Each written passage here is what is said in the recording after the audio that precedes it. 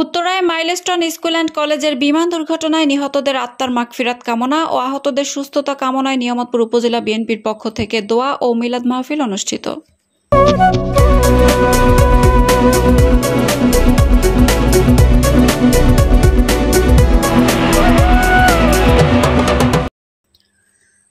আসসালামু আলাইকুম।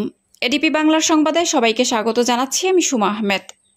নিজস্ব প্রতিনিধি শেখ রুবেল আহমেদের পাঠানো তথ্যচিত্রে দেখুন বিস্তারিত।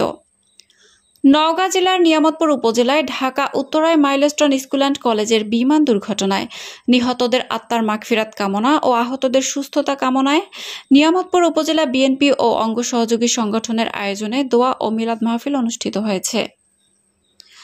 22 জুলাই মঙ্গলবার বিকাল 4 ঘটিকায় নিয়ামতপুর উপজেলা বিএনপির কার্যালয়ে নিয়ামতপুর উপজেলা বিএনপির সাংগঠনিক সম্পাদক শামীম রেজা চৌধুরী বাদশার সভাপতিত্বে এবং নিয়ামতপুর উপজেলা যুবদলের আহ্বায়ক মঞ্জুর রহমানের সঞ্চালনায় প্রধান অতিথি হিসেবে উপস্থিত ছিলেন সাবেক সংসদ সদস্য বীর মুক্তিযোদ্ধা ডক্টর মোহাম্মদ সালেক চৌধুরী।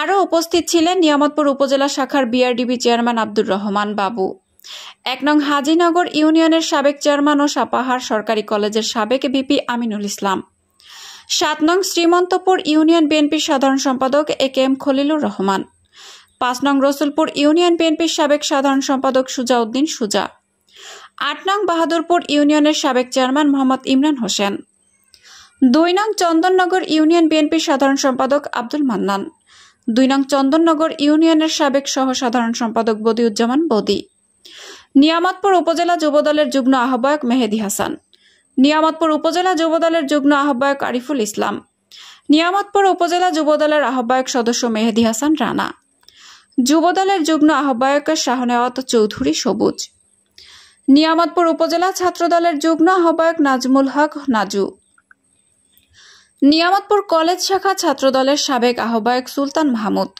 নিয়ামতপুর সরকারি কলেজ শাখা ছাত্রদলের সভাপতি বিদ্যুৎ চন্দ্র মাহাতো সহ আরও অনেকে। আলোচনা শেষে উত্তরা মাইলস্টোন স্কুল অ্যান্ড কলেজের নিহত সকল ছাত্রছাত্রী এবং শিক্ষক শিক্ষার্থীদের আত্মার মাগফিরাত কামনা এবং আহতদের সুস্থতা কামনায় দোয়া করা হয়। এ সময় সাবেক সংসদ সদস্য ডাক্তার সালেক চৌধুরী এডিপি বাংলাকে দেওয়া একান্ত সাক্ষাৎকারে তিনি বলেন, উত্তরার এই বিমান দুর্ঘটনার কিছু বলার মতো আমার ভাষা হারিয়ে ফেলেছি। আমাদের ছোট ছোট আদরের সোনামণি সহ যা আমরা হারিয়েছি ক্ষতিপূরণ হওয়ার নয়। আমি তাদের আত্মার মাগফিরাত কামনা করছি এবং নিহতদের পরিবারের সমবেদনা জ্ঞাপন করছি এবং আহতদের সুস্থতা কামনা করছি।